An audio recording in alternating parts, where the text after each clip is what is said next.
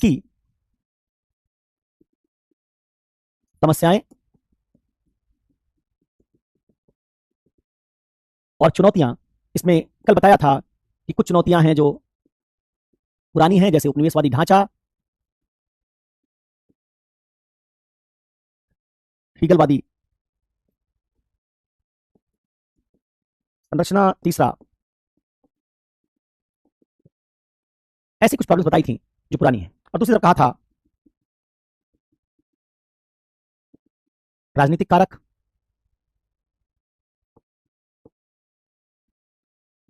विधिक कारक,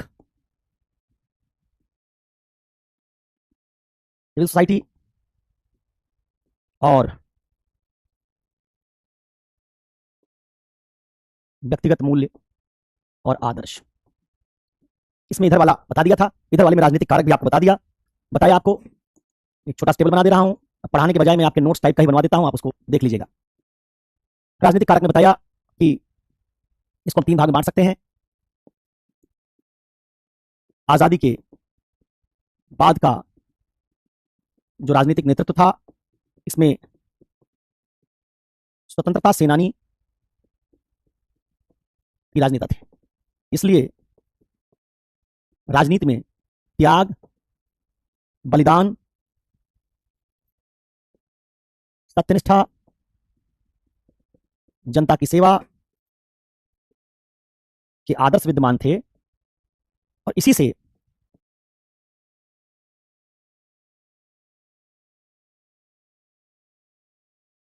इनके अधीन काम करने वाली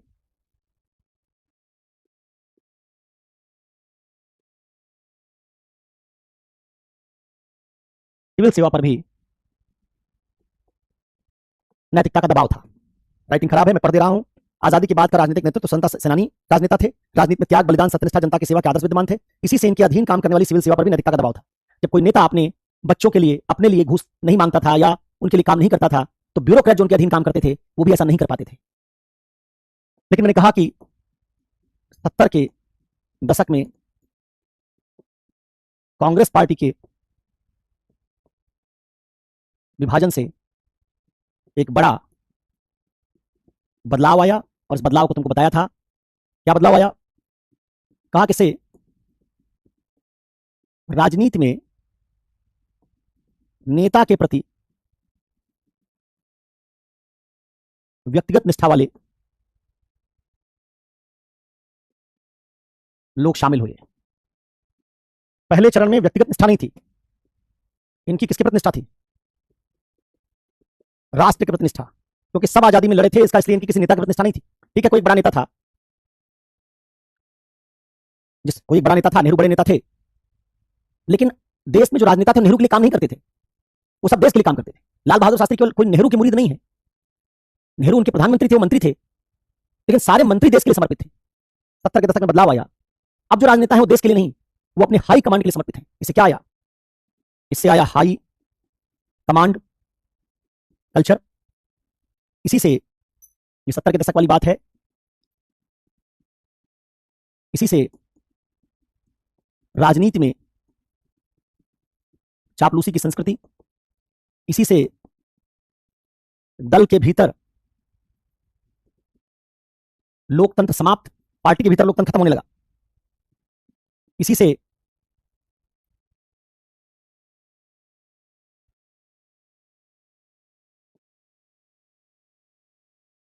लोक प्रशासन में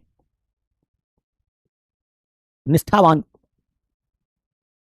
सिविल सेवक जो पार्टी के प्रति निष्ठावान थे, इनको प्रोत्साहन मिला। इसी से वरिष्ठता के सिद्धांत को नजरअंदाज किया गया, और इन कारकों से राजनीति में नैतिकता के क्षरण का प्रभाव लोक प्रशासन तथा सिविल सेवा पर पड़ा। अब इसका मतलब पॉइंट अपने से डेवलप कर लेना। इसका मतलब है कि जो लोग प्रशासन में थे उनको वरिष्ठता वगैरह के आधार पर प्रमोशन नहीं मिलेगा या पद नहीं मिलेगा। जो पार्टी के लिए निष्ठावान होगा, जो नेता के लिए निष्ठावान होगा, उसको बड़ा पद दिया जाएगा। तो ये जो कल्चर आया, इसके बाद आप कहेंगे कि दो बड़े और बदलाव हुए। एक, मंडल कमीशन से सामाजिक न्याय की राजनीति आई और इस सामाजिक न्याय की राजनीति के साथ जातिवाद या वोट बैंक की राजनीति, पहचान की राजनीति मजबूत हुई। इससे क्षेत्रीय दलों का उदय हुआ और क्षेत्रीय दलों ने अपने जातीय वोट बैंक के प्रति समर्पित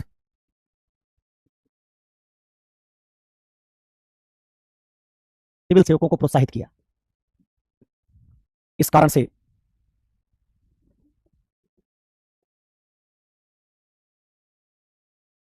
सिविल सेवा में गैर तरफदारी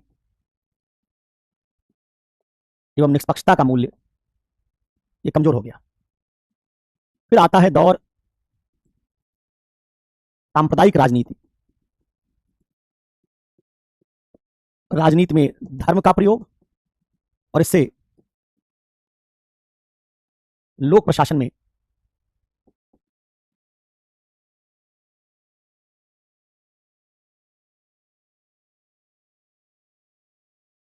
यहां भी सांप्रदायिकता धर्म शामिल हो गए। और आखिरी बात थी जिसको बताया था, उदारीकरण के बाद आर्थिक समृद्धि बढ़ने पर राजनीति में व्यवसायियों, बिल्डर, उद्योगपतियों का हस्तक्षेप। और यह बात वो है जिससे हमारे राजनीति की क्वालिटी लगातार गिरती चली गई। इससे क्या क्या समस्याएं आई? इससे जो समस्याएं आई वो कुछ इस तरह की थी। एक, राजनीति में जातिवाद तो सिविल सेवा में जातिवाद, इससे निष्पक्षता समाप्त।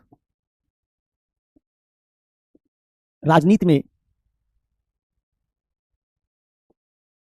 धन बल का प्रयोग तो इससे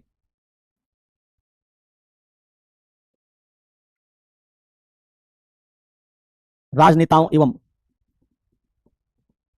व्यवसायियों के बीच साठगांठ, इससे भ्रष्टाचार। राजनीति में सांप्रदायिकता, इससे सिविल सेवा में सत्यनिष्ठा की गिरावट। कैसे गिरावट? क्योंकि आपको जब सांप्रदायिक नेताओं के अधीन काम करना पड़ेगा तो आपको सांप्रदायिक नेताओं की बात सुननी पड़ेगी। नहीं सुनेंगे तो आपका ट्रांसफर हो जाएगा। इसलिए सेकुलर राज्य के लिए काम करने वाले ब्यूरोक्रेट पंथ निरपेक्षता के आदर्श के बजाय वो धार्मिक पार्टियों की बात मानना शुरू कर देंगे। तो जो पंथ निरपेक्षता की हमारी सिविल सेवा की विशेषता होनी चाहिए वो कमजोर होती चली जाएगी। इसी तरह से राजनीति में अपराधियों का प्रवेश, इससे सिविल सेवा में मूल्यों का क्षरण,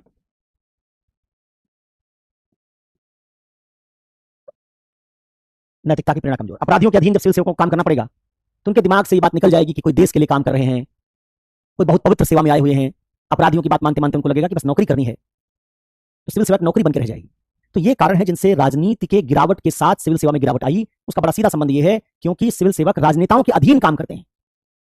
तो जैसे जैसे नेता खराब होते गए उनमें नैतिकता का पतन होता गया, उनके प्रति उत्तरदायी सिविल सेवा में भी नैतिकता का पतन होता चला गया। तो जब तक आप राजनीति को नहीं सुधारेंगे तब तक सिविल सेवा नहीं सुधरेगी। इस पर मैंने बहुत विस्तार से बता दिया क्योंकि चर्चा कर दी, विस्तार से बहुत नहीं बताया, चर्चा कर दी क्योंकि एआरसी के हिसाब से यही मूल कारण है जिससे सिविल सेवा या लोक प्रशासन नैतिकता कमजोर है। अब अगला पॉइंट है हमारा कानूनी ढांचे की समस्या।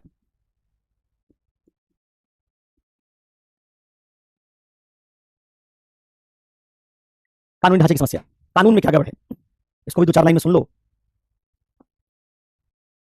और समझ लो।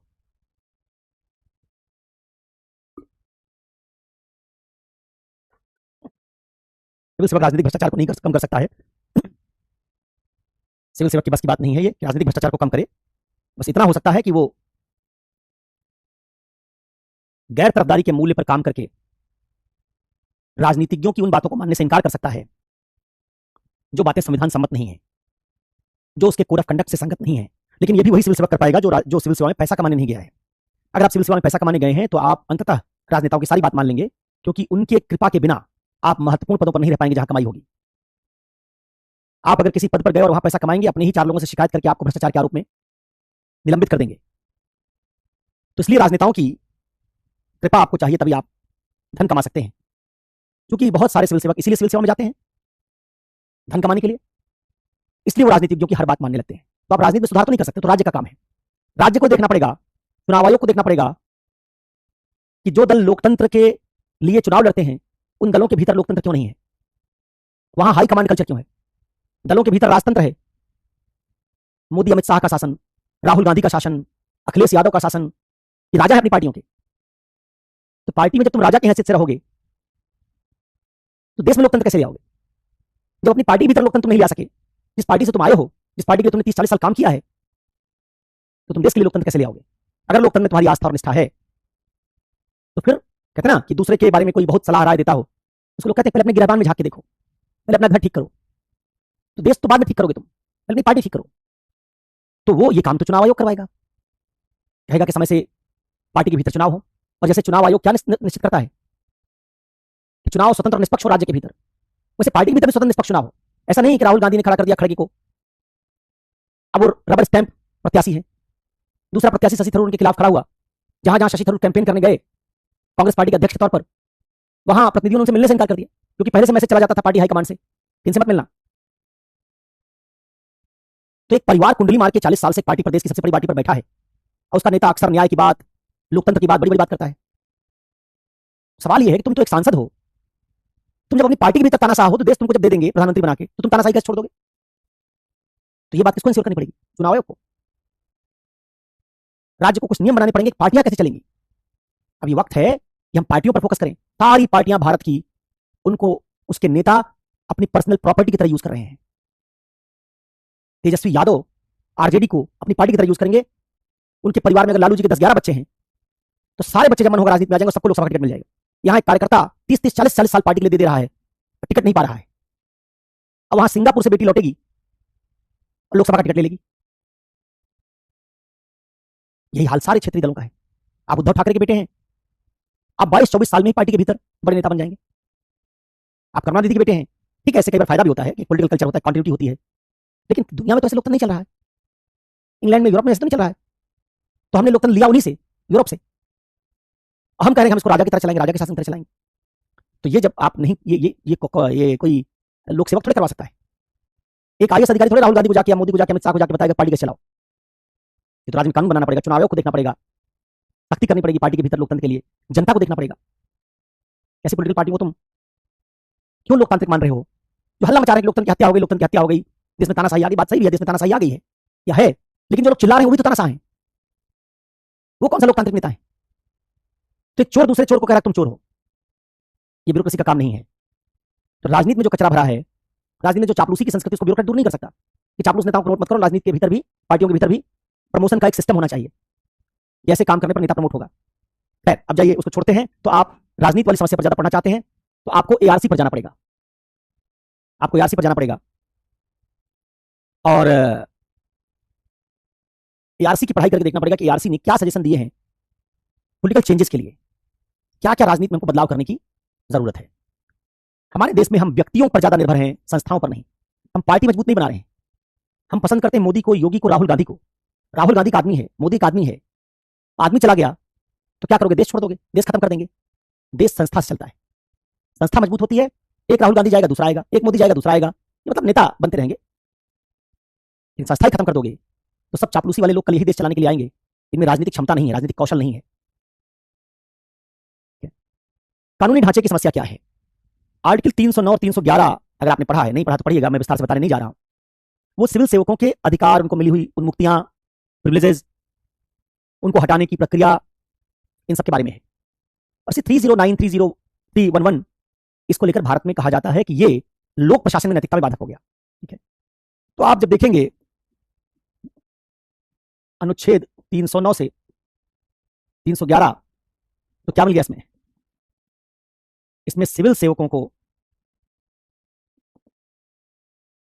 संरक्षण मिला है, को प्रोटेक्शन मिला है, उनको हटाया नहीं जा सकता। अब बहुत सारे लोगों का कहना है, ARC भी रिकमेंडेशन देती है कि इसकी जरूरत नहीं है। क्यों? देखो, अगर सिविल सेवक नैतिक होते और उनके नैतिक होने पर उनको पद से हटाने के संदर्भ में संरक्षण मिला होता, तो इससे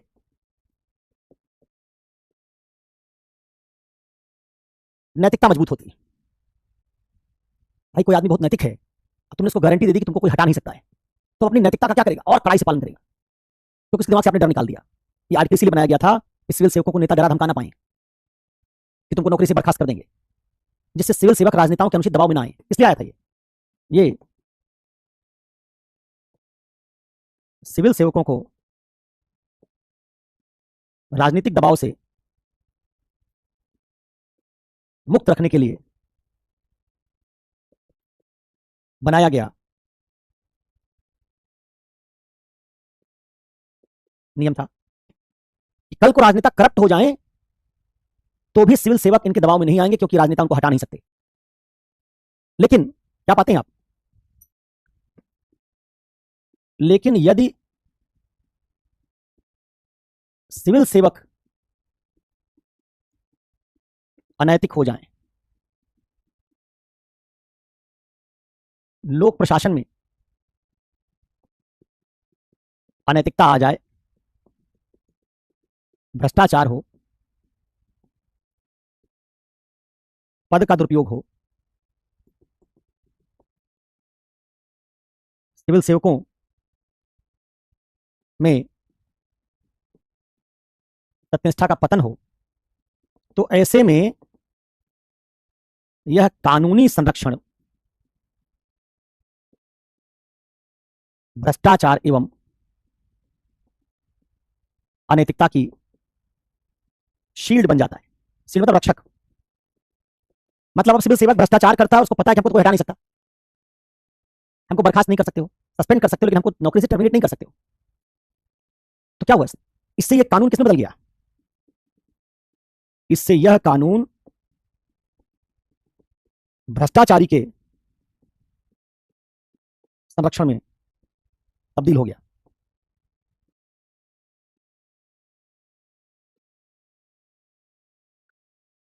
इससे यह कानून भ्रष्टाचारी के संरक्षण में तब्दील हो गया। तो अब कहा जाता है कि सिविल सेवकों को जब हम ये कहेंगे कि तुम्हारे ऊपर भ्रष्टाचार का आरोप होगा, तुमको भी हटाया जा सकता है और सामान्य प्रक्रिया के तहत तुम पर कार्रवाई की जा सकती है, तो सिविल सेवकों में कम से कम कानून का डर बैठेगा। अभी तो ना उनमें जनता का डर है, राजनेताओं के साथ तो मिली भगत कर ही ली है उन्होंने, जनता का डर है नहीं, नैतिकता का डर है नहीं, हटा उनको सकते नहीं हो, नैतिकता का डर नहीं, जनता का डर नहीं, कानून का डर नहीं। तो ऐसा सिविल सेवक तो अब किसी तरह के डर से बाहर हो गया। बिल्कुल वैसा मामला है जैसे आप न्यायपालिका में देखते हैं, हाई कोर्ट के जज के घर से कैश बरामद हो जाए, फिर भी जले हुए नोटों की गड्डियां मिले, फिर भी आप उस जज को महाभियोग के अलावा हटा नहीं सकते। सुप्रीम कोर्ट भी जा सकता है, उसका ट्रांसफर कर सकता है। तो बताइए, अगर एक हाई कोर्ट के जज को क्या पता चल जाए कि 55 साल मेरी उम्र है, मैं सुप्रीम कोर्ट का जज तो बन नहीं पाऊंगा, 5 साल मेरी नौकरी बची है, अभी मैं 2 साल पहले हाईकोर्ट का जज बना था। सुप्रीम कोर्ट वही लोग जा पाते हैं जो 48, 49, 50 साल में हाईकोर्ट पहुंच जाते हैं। वो 8-10 साल की नौकरी बची रहती है तो सुप्रीम कोर्ट तक जा पाते हैं। उन पर तो थोड़ा दबाव रहता है, हमारा सर्विस रिकॉर्ड खराब होगा तो हम सुप्रीम कोर्ट नहीं जा पाएंगे। लेकिन जो जज 55-56 साल का है, 4 साल 5 साल इसकी हाईकोर्ट में, या 56 साल 57 साल का मान लो, 5 साल इसकी हाईकोर्ट में नौकरी बची है और उसको पता है कि हमको हटा नहीं सकते हो, इंपीचमेंट करना पड़ेगा, महाभियोग लगाना पड़ेगा। अब महाभियोग इतनी आसानी से तो लगता नहीं, आज तक महाभियोग किसी के खिलाफ नहीं लग पाया, पास नहीं हो पाया, चला नहीं, एक आध लोगों ने उसके पहले इस्तीफा दे दिया, बात अलग है। तो ऐसी दशा में जज क्या है, उस पर कोई डर नहीं है, कोई अंकुश नहीं। वो अपनी अंतरात्मा की आवाज सुन के जनता के लोकलाज से दबाव से खुले में घूस नहीं ले रहा है, अदरवाइज आप सब कुछ नहीं कर सकते। परिणाम स्वरूप अगर एक जज नैतिकता छोड़ दे तो खुलेआम घूस लेगा, खुलेआम गलत फैसला लिखेगा, न्याय नहीं करेगा, कमीशन खाएगा और उसके बावजूद आप उस जज के खिलाफ कोई कार्रवाई नहीं कर पाएंगे, तो आप फिर न्यायपालिका में भ्रष्टाचार को रोक नहीं पाएंगे, क्योंकि न्यायाधीश को पता चल गया कि मेरा कुछ नहीं हो सकता। इसी बात को ब्यूरोक्रेसी पे लागू कर दीजिए। ब्यूरोक्रेट को पता चल गया कि राष्ट्रपति ने उनको नियुक्त किया, उससे नीचे का कोई पदाधिकारी हमको हटा नहीं सकता। राष्ट्रपति मतलब प्रधानमंत्री और मंत्रिमंडल चाहेगा तभी हटोगे। किसी राज्य में सरकार है कांग्रेस की, डीएमके की, डीएमके के किसी मंत्री की बात या किसी नेता की बात कोई अधिकारी नहीं सुन रहा है, आप उसको नौकरी से हटा नहीं सकेंगे, क्योंकि मोदी कैबिनेट डीएमके की शिकायत पर किसी अधिकारी के खिलाफ कार्रवाई क्यों करेगी? तो जो रीजनल पार्टियां काम करती हैं अलग अलग राज्यों में, उनकी ब्यूरोक्रेसी पर कोई पकड़ नहीं होती। उनकी पकड़ सिर्फ किस बात से बनती है कि ब्यूरोक्रेट को वो मलाईदार पद देते हैं जिससे ब्यूरोक्रेट भ्रष्टाचार करता है और बदले में वो मुख्यमंत्री मंत्री की सुनता है। अगर उसको भ्रष्टाचार ना करना हो तो उसको मुख्यमंत्री मंत्री की बात सुनने की कोई जरूरत नहीं, बेअंदाज हो जाएगा, उसका कुछ नहीं कर सकते। तो ये एक समस्या है। हालांकि ये तो बढ़िया है, आपने अगर ये दूसरे उदाहरण मैंने दिया कि किसी की बात नहीं सुनेगा, लेकिन मैंने ये एक दूसरे सेंस में कहा है। आजकल ये हो रहा है कि भ्रष्टाचारी है और उसने मिलीभगत कर रखी है राजनेताओं के साथ, उसको हटाया जा नहीं सकता, सामान्य कानूनी प्रक्रिया उसके खिलाफ काम करेगी नहीं, इसलिए उसको इम्यूनिटी मिल गई। इस कारण से ये माना जाता है कि ये आर्टिकल हटा देना चाहिए। दूसरा, कानूनी ढांचे में क्या समस्या है? भारत के कानूनी ढांचे में पुलिस को, ब्यूरोक्रेट्स को ताकत ज्यादा दी गई, जनता को नहीं। कल बताया था कि पुलिस का आईओ, जो एक हवलदार के स्तर का सिपाही आदमी होगा, कई बार सब इंस्पेक्टर के लेवल का व्यक्ति होगा, वो किसी मामले में जांच करते हुए आपके खिलाफ गंभीर धाराएं जोड़ सकता है अपराध की और आपको जेल भेज सकता है। आपके पास में कुछ करने का विकल्प नहीं होगा, मुकदमा लड़ेंगे 4-5 साल 6 साल। तो आपने कहा था कि जनता ताकतवर होगी, संविधान में जनता संप्रभु होगी, लेकिन जिस जनता को एक सामान्य पुलिस वाला जब चाहे तब जेल भेज देगा, तो उसमें पुलिस वाला संप्रभु होगा, जनता संप्रभु होगी। एक ब्यूरोक्रेट चाहे आपका कोई सर्टिफिकेट नहीं बनाएगा तो नहीं बनाएगा। ताकत हमने किसको दे रखी? ताकत सारी दे रखी ब्यूरोक्रेट्स को। तुम्हारा जो आईपीसी था, सीआरपीसी था, जिसको भारतीय न्याय संहिता कहते हैं, बीएनएस कहते हैं आप, उस आईपीसी सीआरपीसी को बनाया गया था अंग्रेजों के लिए। अंग्रेज कैसी ब्यूरोक्रेसी और कैसा कानून चाहते थे? जनता को डराने वाला, जनता को नियंत्रित करने वाला, जनता की सेवा करने वाला, जनता को डराने वाला। तो आईपीसी सीआरपीसी की जितनी प्रक्रिया थी, जिसको अंग्रेजों ने आज से 150 साल पहले बनाया था, भारत में आजादी के बाद भी वही चला रहा है।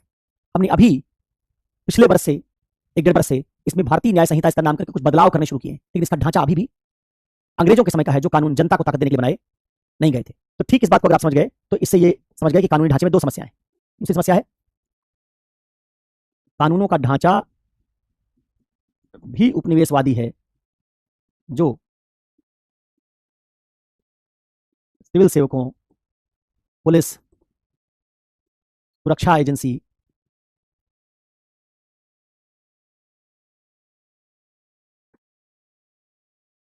को शक्ति देता है, जनता को नहीं। इस कारण भी शक्ति का यह असंतुलन लोक प्रशासन में कानूनों के दुरुपयोग से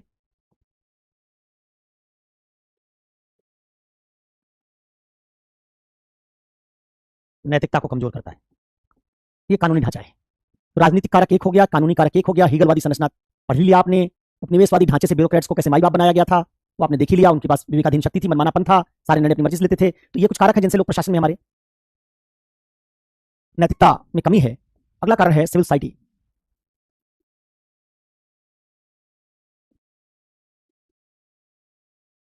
सिविल सोसाइटी का कमजोर होना,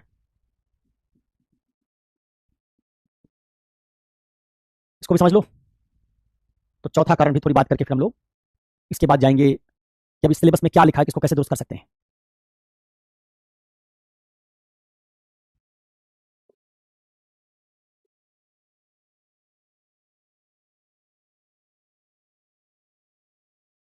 तीसरा जो कारण सोसाइटी का कमजोर होना मैंने लिखा, तीसरा नहीं है तो 7वां 8वां, लेकिन 4 मैंने उसमें कह दिया था जिनका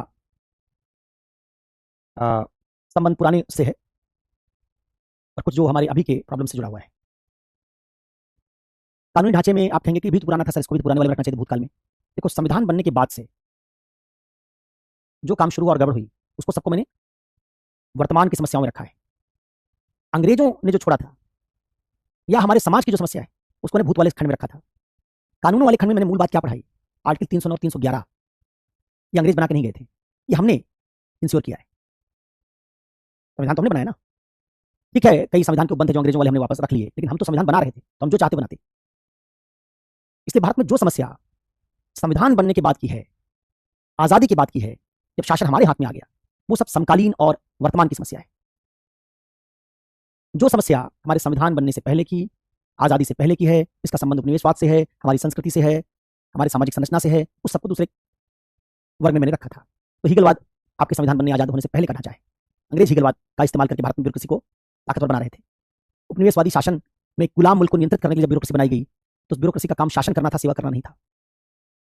तो वो सारे जो कारक है मैंने उस तरीके से आपको दिखाए थे। ये जो दूसरे कारक हैं, ये हमारी आजकल की समस्या से है। अब सिविल सोसाइटी क्या होती, क्या करती, क्या है ये?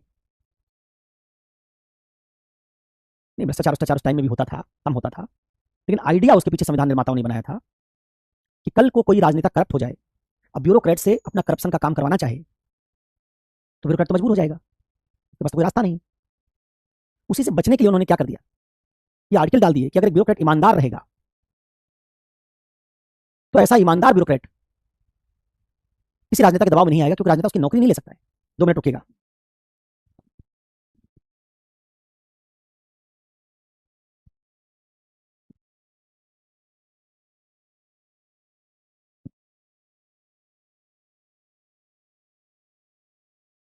वही नहीं।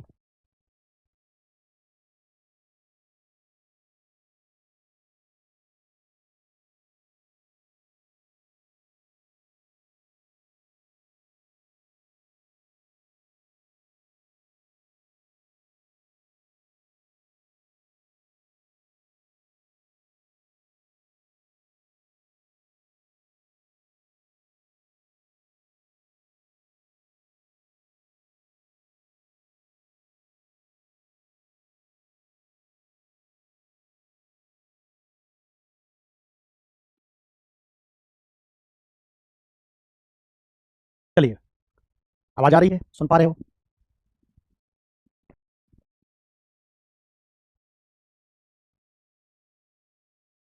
देखो, तुम जानते हो कि लोक प्रशासन प्रायः कमजोर और वंचित वर्गों के लिए काम करता है। ये बात भ्रष्टाचार वाली बात नहीं पढ़ाई थी। जब शासन में स्वच्छता वाला यूनिट 7 पढ़ रहे थे, तो उसमें बताया था कि लोक प्रशासन और सिविल सेवा मूलतः गरीब और वंचित वर्गों के लिए काम करती है। और वहीं ये बात बताई थी कि गरीब और वंचित वर्ग के लोग शक्तिहीन हैं, वो राज्य की दया पर निर्भर हैं, उनके जीवन की बुनियादी जरूरतें राज्य से पूरी होती हैं।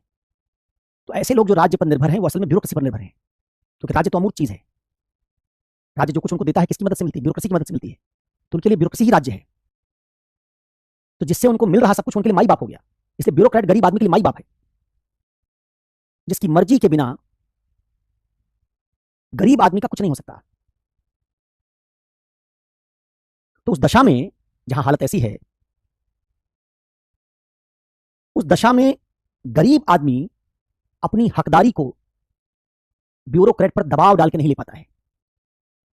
इसी का फायदा उठा के पूरी ब्यूरोक्रेसी गरीब आदमी के लिए राज्य ने जो हकदारी बनाई है, मनरेगा में रोजगार देने की हकदारी, मिड डे मील में उसके बच्चे को अच्छा खाना देने की हकदारी, फूड सिक्योरिटी में अनाज देने की हकदारी, आवास योजना में घर देने की हकदारी, शौचालय के हकदारी का मामला, ये सारी जो अलग अलग किस्म की हकदारी बनाई है, इसी हकदारी को ब्यूरोक्रेट मार देते हैं, उसको खा जाते हैं, जनता के लिए डेजिग्नेटेड संसाधनों को खा जाते हैं। अब इसमें सिविल सोसाइटी का क्या रोल है? गरीब जनता जिसके अधिकार राज्य को देने हैं और सिविल सेवा के माध्यम से मिलने हैं, वो सिविल सेवा उनके अधिकार खा रही है। अब देखो, ऐसे में मान लो जिला हो बिहार का, यूपी का, मध्य प्रदेश, राजस्थान, छत्तीसगढ़ का, उड़ीसा का, मान लो कोई जिला है। उस जिले में कुछ रिटायर्ड हाईकोर्ट के जज, कुछ सिविल सेवा से रिटायर्ड ब्यूरोक्रेट, कुछ यूनिवर्सिटी में पढ़ाने वाले प्रोफेसर, कुछ बड़े पत्रकार, मान लो उन्होंने संगठन बना लिया, कुछ बड़े वकील एक संगठन बना लिया। कैसा संगठन बना लिया? एक सिविल सोसाइटी बनाई। जो सिविल सोसाइटी, जो कि लोग रिटायर्ड हैं, वकील तो रिटायर्ड नहीं, वकील तो वकालत कर ही रहा है, पत्रकार रिटायर्ड नहीं है, लेकिन जज, ब्यूरोक्रेट सब रिटायर्ड हैं, और बाकी कुछ लोग जिले के जो नामचीन लोग हैं, इन्होंने सिविल सोसाइटी बना ली, एक प्लेटफॉर्म पर आ गए। और इनको सिविल सेवा से कुछ नहीं चाहिए, इनके पास मकान सब है, जज है, मकान है, कार है अपनी, बच्चे सब पढ़ लिख के सेटल्ड हैं। इनको राज्य से न खाना चाहिए, न राज्य से इनको गाड़ी चाहिए, न राज्य से इनको घर चाहिए, न राज्य से शौचालय चाहिए, न राज्य से मिड डे मील चाहिए, इनको कुछ नहीं चाहिए, इनका कोई हित नहीं। इन लोगों ने क्या किया? लोक हित के लिए, गरीब वर्गों के हित के लिए एक सिविल सोसाइटी बना ली और मॉनिटर करने लगे राज्य की सारी स्कीम को। छपरा जिले में एक सिविल सोसाइटी खड़ी हो गई जो ये देखने लगी कि राज्य की तरफ से आवास योजना आई थी तो रामलाल को, कल्लू को, इस्माइल को, हरिया को, गुलाब प्रसाद को, पीटर को, फिरोज को मिली कि नहीं मिली? जितने मकान बनने थे बने कि नहीं बने? उनकी गुणवत्ता कैसी है? मान लो हरिया का घर नहीं बना और हरिया पहुंच गया सिविल सोसाइटी के पास कि साहब हमसे वीडियो, अब फला फला लोग घूस मांग रहे हैं। सिविल सोसाइटी पहुंच गई वीडियो के पास कि हरिया पात्र है कि नहीं है, आपकी लिस्ट में है कि नहीं। वीडियो सब पका जाएगा क्योंकि हाई कोर्ट का रिटायर्ड जज है, राज्य का सचिव के स्तर से रिटायर्ड ब्यूरोक्रेट है, पूछ रहा है, सब प्रक्रिया की उसको जानकारी है। वीडियो कहेगा हाँ सर है, तो अगर कहेगा नहीं है तो पूछेंगे क्यों नहीं रखा इसका नाम, कहेगा है, पूछेंगे इसका पैसा कब रिलीज कर रहे हो, कहेगा सर बस 2 दिन में हो जाएगा। बोलेंगे 2 दिन में रिलीज कर देना, नहीं तो कलेक्टर से तुम्हारी शिकायत करूंगा। वीडियो घबरा जाएगा क्योंकि इतने ताकतवर लोग जिसमें बड़े पत्रकार हैं जो अगले दिन अखबार में छाप देंगे, वकील उसके साथ खड़े हो जाएंगे। उसी राज्य में सचिव रहा अधिकारी जो सीधे मंत्री को फोन मिला सकता है, कलेक्टर को डांट सकता है। ऐसे लोग जब किसी वीडियो से कहेंगे कि हरिया का घर का पैसा दो, तो वीडियो की हिम्मत नहीं कि उसमें से 1 रुपया चुरा ले। अच्छा, सिविल सोसाइटी छपरा की होगी, क्या होगी? वो छपरा की सिविल सोसाइटी आरा, भभुआ, बांका, सुपौल, मधुबनी, मधेपुरा,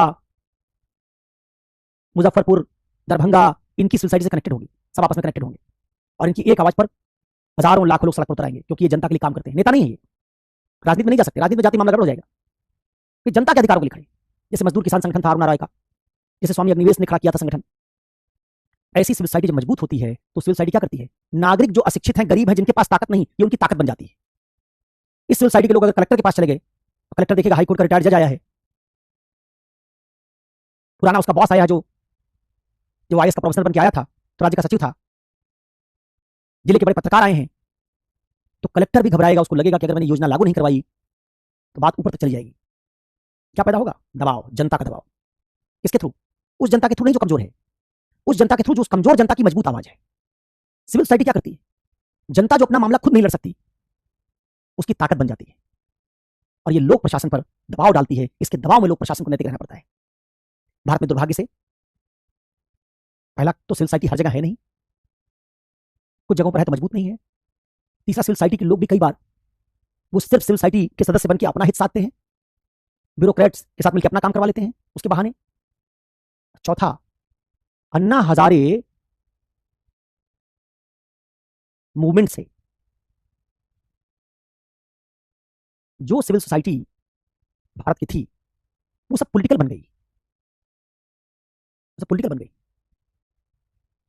अन्ना हजारे मूवमेंट में जब एंटी करप्शन मूवमेंट खड़ा हुआ तो उसमें भारत के सारे प्रतिष्ठित लोगों को, एनजीओज को, अलग अलग फील्ड में काम करने वाले संगठनों को, सबको इन लोगों ने बुला लिया, जोड़ लिया आपस में। वही वो आंदोलन भारत का अखिल भारतीय आंदोलन बन गया, पूरे देश में आंदोलन चल रहा था। फिर क्या हुआ? जोड़ लिया, पूरे देश में ताकत बनी, कांग्रेस की सरकार चली गई, मनमोहन सिंह की सरकार खा गए। इतनी ताकतवर सिविल सोसाइटी जब जुड़ी पूरे भारत की तो उसने ये कमाल कर दिया। लेकिन उसी सिविल सोसाइटी ने बाद में पॉलिटिकल पार्टी बना ली। देखो, अगर आप अरविंद केजरीवाल हो, मनीष सिसोदिया हो, योगेंद्र यादव हो, आप किसी राजनीतिक दल से संबंध नहीं हो, किसी कलेक्टर के पास जाओगे, अरुणा राय हो, किसी कलेक्टर के पास जाओगे तो कलेक्टर ये नहीं कह सकता तुम नेता हो, और जनता भी इनको सारी जनता का प्रतिनिधि मानेगी, इसलिए इनकी ताकत होगी। लेकिन कल को आप योगेंद्र यादव नेता के तौर पर जाओगे, जो राज्य के विपक्षी दल का नेता है, तो सत्तारूढ़ दल के अधीन काम करने वाला कलेक्टर आपकी बात नहीं सुनेगा। तो कहेगा आप विपक्षी नेता हैं, राजनीति कर रहे हैं। जनता भी आपके साथ नहीं आएगी। जब तक आप नेता नहीं थे सारी जनता आपके साथ थी, बीजेपी की सपोर्टर जनता भी, कांग्रेस की सपोर्टर जनता भी सब आपके साथ थी। लेकिन जैसे आपने एक पार्टी ज्वाइन की, वैसे बीजेपी की सपोर्टर जनता आपके साथ नहीं खड़ी होगी। कांग्रेस वाली जनता, जिन राज्यों में कांग्रेस की सरकार होगी, कांग्रेस की वोटर जनता आपके साथ नहीं खड़ी होगी। तो आपकी ताकत क्या होगी? बिखर गई।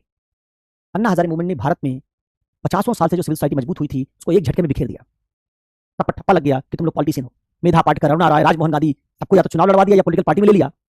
तब पर राजनीति का ठप्पा लग गया, और एक बार राजनीति का ठप्पा लगते ही जैसे इनको आम आदमी पार्टी के कार्यकर्ता और नेता की तरह देखा जाने लगा, तो जनता के बड़े वर्ग ने इनको रिजेक्ट कर दिया, क्योंकि इनको सिविल सोसाइटी के नेता के तौर पर मानने की जनता तैयार थी। लेकिन इनको आम आदमी पार्टी के नेता के तौर पर अगर आप काम करेंगे तो जनता इनको सिविल सोसाइटी का मेंबर मानने के लिए तैयार नहीं हो। इससे भारत में सिविल सोसाइटी की ताकत पूरी तरह बिखर गई, और इस बिखराव से जो लोक प्रशासन पर दबाव पैदा हो सकता था, अलग अलग तरह के मजबूत संगठन अलग अलग हिस्सों में काम कर रहे थे, कुछ पक्षता पर, कुछ बच्चों की पढ़ाई पर, कुछ मजदूरों के अधिकारों के लिए, कुछ किसानों के अधिकारों के लिए, सब बिखर गए। अब किसान के अधिकार वाला संगठन वही बचा रहता है, इसलिए बचा रहता है क्योंकि वो फार्म बिल जब सरकार लेके आई और उन्होंने कृषि क्षेत्र के कानून बनाए तो पंजाब के किसान एकजुट हो गए। पश्चिमी उत्तर प्रदेश के किसानों को उसने एकजुट कर दिया और उनकी वजह से उनकी ताकत बची रह गई। बाकी हर क्षेत्र में सिविल सोसाइटी की ताकत बिखर गई।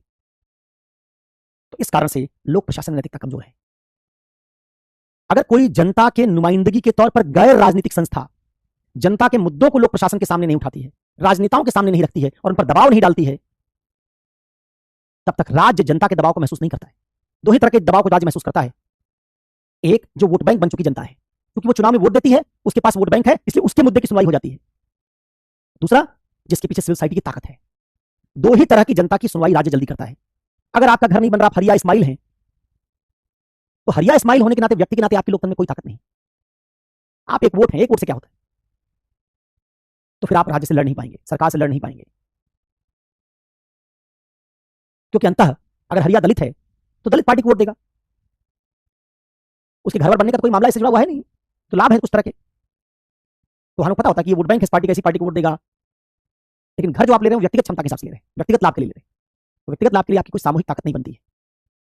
ठीक है, इस कारण से सिविल सोसाइटी का कमजोर होने में मतलब ये जो आपने देखा कि सिविल सोसाइटी क्या है, ये जनता के मुद्दों को सरकार तक, लोक प्रशासन तक ले जाने का प्रभावी जरिया है। भारत में आज भी बहुत सारे ऐसे संगठन हैं जो हमारे लोकतंत्र की समीक्षा करते रहते हैं, हालांकि उनकी सिविल सोसाइटी से ताकत नहीं बची है। मजदूर किसान संगठन जैसी ताकत जो एक समय आरटीआई पास करवा देता है। सोनिया गांधी जब यूपीए के चेयरपर्सन थी तो उसमें सिविल सोसाइटी के लोगों को भरा गया था, देश की अरुणा राय वगैरह सब उसमें शामिल थी। तो सुपर कैबिनेट कहा जाता था भारत में, मतलब भारत की कैबिनेट से ज्यादा ताकतवर थी वो, क्योंकि उसके सुझाव पर बहुत सारी नीतियां बनाई गई। फूड सिक्योरिटी वगैरह की नीति के पीछे उन्हीं लोगों का सुझाव था कि सबको खाद्यान्न दो, सबको अनाज दो।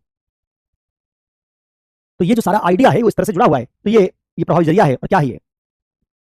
यही कल्याणकारी राज्य की योजनाओं को धरातल तक ले जाने एवं वंचित वर्गों के अधिकार एवं हकदारी को सुनिश्चित करने का साधन है। इसके शक्तिशाली होने पर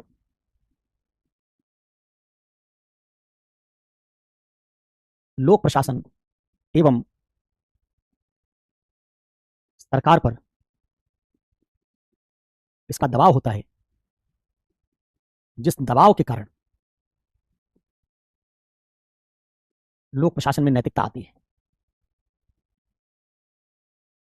जितना पावरफुल सिविल सोसाइटी होगी उतना ब्यूरोक्रेसी दबाव महसूस करेगी, सरकार दबाव महसूस करेगी। कमजोर हो गई तो इससे लोक प्रशासन में नैतिकता क्या होगी? कमजोर हो जाएगी।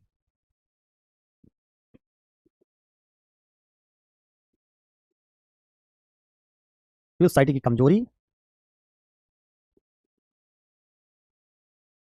लोक प्रशासन में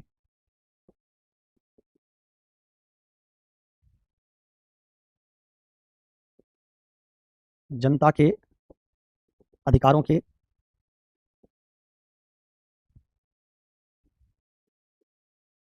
हनन की लोक प्रशासन की शक्ति बढ़ा देती है। अगर सिविल सोसाइटी कमजोर हो गई तो ब्यूरोक्रेसी जो कमजोर वर्ग है उसके राइट्स को वायलेट कर सकती है, और उसी राइट्स के वायलेशन से, उनकी हकदारी के वायलेशन से लोक प्रशासन में नैतिकता कमजोर होती चली जाएगी। और चौथा कारण था, आखिरी कारण, यह है व्यक्तिगत मूल्यों एवं आदर्शों के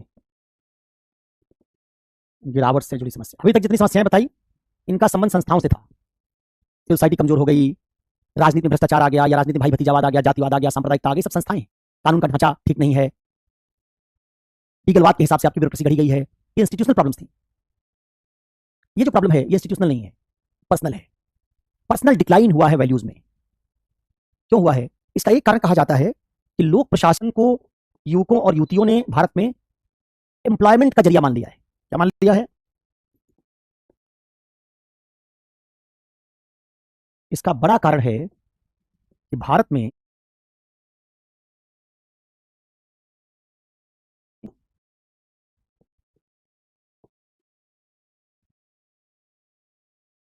सिविल सेवा को राज्य के युवक युवतियों के एक बड़े वर्ग ने एक नौकरी या पेशागत रोजगार मान लिया है।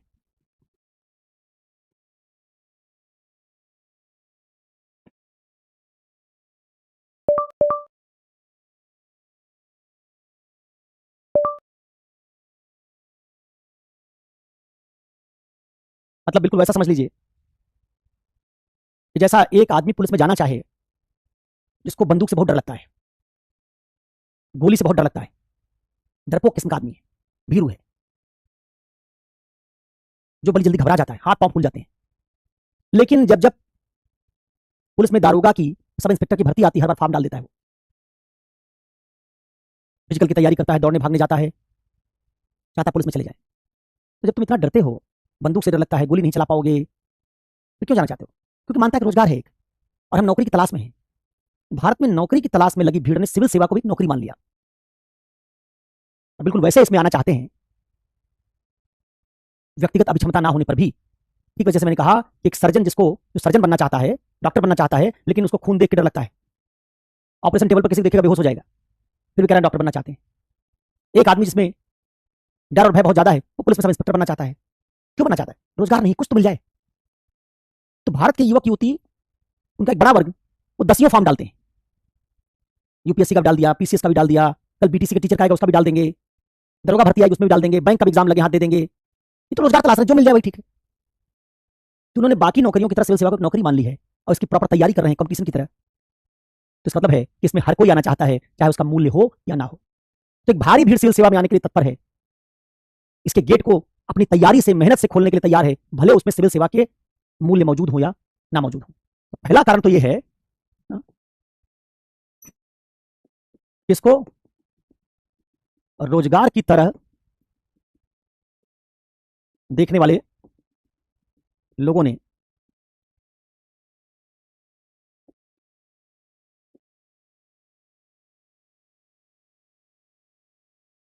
इसमें शामिल होने का मकसद अपना स्वार्थ या स्वहित मानकर इसकी सदस्यता लेने का मन बनाया होता है।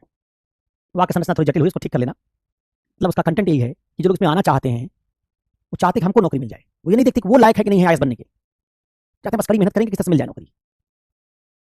तो राज्य को, सिविल सेवा को, लोक प्रशासन को व्यक्तिगत हित के हिसाब से देख रहे हैं, और इस कारण एक ऐसी भीड़ सिविल सेवा में शामिल हो रही है जिसमें सिविल सेवा के मूल्य नहीं है। तो क्या होगा इससे? इस कारण परीक्षा की तैयारी करके एक बड़ी संख्या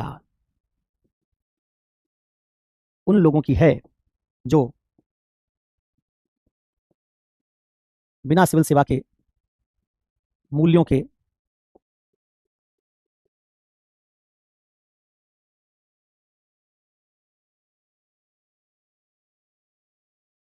मूल्य रहित व्यक्तित्व से इसमें शामिल हो रहे हैं। इसलिए पर्सनल स्टैंडर्ड में डिक्लाइन आ रहा है। रोजगार वो होता है जो 10 लाख, 5 लाख, 2 लाख, 1 लाख लोगों को रोजगार देता है। 1000 लोग राज्य को जो चलाएंगे, ये 1000 लोग रोजगार नहीं है। कोई कहते हैं हम टीचर बनना चाहते हैं, यूपीएससी पढ़ाना चाहते हैं। तो क्यों पढ़ाना चाहते हो? विषय तुमको आता है? क्या आता नहीं, लेकिन क्या करें, और कोई जरिया नहीं है कमाई का, इसलिए हम सोच रहे हैं कोचिंग ही पढ़ा लें। क्योंकि इससे किसी ऑनलाइन प्लेटफॉर्म पे जाएंगे तो हर घंटे का कुछ पैसा मिल जाएगा, इससे रोजी रोटी चलेगी। तो जब आप ऐसा मानते हैं तो क्या होगा? कोचिंग पढ़ाने में एक टीचर्स की फौज आ जाएगी, जो इसलिए कोचिंग पढ़ा रहे हैं क्योंकि कोचिंग पढ़ाने से उनकी जिंदगी चल रही है। ठीक है, जिंदगी तो हर पैसे चलती है। इसका मतलब थोड़े है कि आप कल को कुछ मेडिसिन पढ़ के गांव में क्लिनिक खोल के लोगों को सुई लगाने लग जाइए, इंजेक्शन लगाने लगिए, दवा दारू उनकी करने लगिए, ये मानते हुए कि ठीक है आप कुछ रोजगार था नहीं तो हमें क्लिनिक खोल दिए। आप इसको सही मानेंगे कि कोई रोजगार नहीं था इसलिए क्लिनिक खोल दिया क्योंकि जिंदगी नहीं चल रही थी, तो हम सोचे कि दवा ही करें आदमी की। अरे आप कितने लोगों की जान ले बैठेंगे, निपटा देंगे उनको। इंजेक्शन लगाना भी ट्रायल से सीख रहे हैं। कौन सा इंजेक्शन मांसपेशियों में लगेगा, कौन सा नस में लगेगा, नस वाला मांसपेशी में लगा दिया, मांसपेशी वाला नस में लगा दिया, आदमी चिल्ला रहा है। आप कहीं कोई बात नहीं, गलती हो गई, अगली बार सीख लेंगे। ठीक वैसे कोचिंग पढ़ाने चले आए, खुद ही नहीं पता कि यूपीएससी क्या सवाल पूछ रहा है, क्या आइडिया उसके पीछे है, बता दिया कि सिलेबस खत्म करना है। अब बच्चे ट्रायल कर रहे हैं, 5-10 साल पढ़ाते पढ़ाते सीख जाएंगे। मानते हैं कि ठीक है पढ़ाने पे कुछ दिन में सीख जाएंगे, तो जिनके पढ़ा के आपने सीखा उनका क्या होगा? जब सीख जाएंगे तब तो ठीक है, कुछ लोगों का भला हो जाएगा, जब सीख रहे हैं तब क्या होगा? तो ये जो आइडिया है ये व्यक्तिगत मूल्यों में क्षरण का एक बड़ा कारण है लोक प्रशासन में, क्योंकि लोक प्रशासन में आ ही वो लोग रहे हैं, ज्यादातर वो लोग आ रहे हैं जो इसको नौकरी मानकर आ रहे हैं। नौकरी प्राइमरी के टीचर की हो सकती है, उन्हें तो भी नहीं चाहिए लेकिन हो सकती है। नौकरी पुलिस की हो सकती है, सिविल सेवा की नौकरी नहीं हो सकती। सिविल सेवा एक वोकेशन है। जैसे आजादी की लड़ाई में कुछ लोग जाते थे लड़ने, अब वहां भी ना अगर उनको पता होता मान लो कि देश आजाद हो जाएगा तो गुजारा भत्ता मिलेगा, पेंशन मिलेगी, तो हो सकता है भारत में जिस किस्म की बेरोजगारी अंग्रेजों के समय में थी, आप डिक्लेयर कर देते सिर्फ यही कि जब देश आजाद होगा तो जो लोग आजादी की लड़ाई में शामिल होंगे उनको पेंशन मिलेगी। आधे से ज्यादा भारत के लोग कहते 2 लाठी खा लो क्या करना है, पेंशन तो मिलेगी। पूरा देश आधा देश आजादी की लड़ाई में शामिल हो जाता, उनकी आजादी की लड़ाई में कोई रुचि नहीं होती,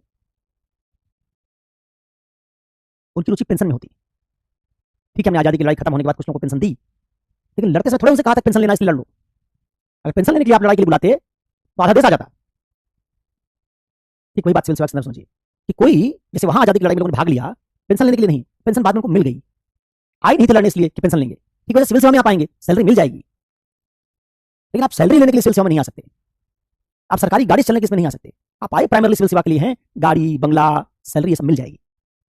ये जो 2 आइडिया है इन आइडियाज में अंतर नहीं रह गया है। अब बहुत सारे लोग मानते हैं कि सिविल सेवा सबसे आकर्षक रोजगार है, इसलिए इंजीनियरिंग करने के बाद इंजीनियरिंग छोड़ दे रहे हैं, डॉक्टर बनने के बाद डॉक्टरी छोड़ के सिविल सेवा में आना चाहते हैं, क्योंकि उसको डॉक्टरी से इंजीनियरिंग से ज्यादा बेहतर रोजगार मान बैठे हैं। इस कारण से व्यक्तिगत मूल्यों और आदर्शों में क्या हो रहा है, गिरावट आ रही है, क्योंकि सारे लोग जो आ रहे हैं सब स्वार्थी हैं, उनमें स्वार्थ और अपना हित सबसे ऊपर है, इसलिए उनमें जनहित के लिए काम करने के मूल्य मौजूद नहीं। तो ये 4 कारण जो मैंने बताए, ये 4 बड़े कारण हैं जिनसे आज हमारे लोक प्रशासन में नैतिकता का संकट बना हुआ है। लोक प्रशासन में मौजूद लोग, उनके चरित्र और व्यक्तित्व मूल्य नहीं जो लोक सेवकों में होने चाहिए। एक समस्या, लोक प्रशासकों पर दबाव डालने वाली सिविल सोसाइटी नहीं है जो हरिया कल्लू और स्माइल की तरफ से लड़ेगी और उनको उनका अधिकार दिलवाएगी।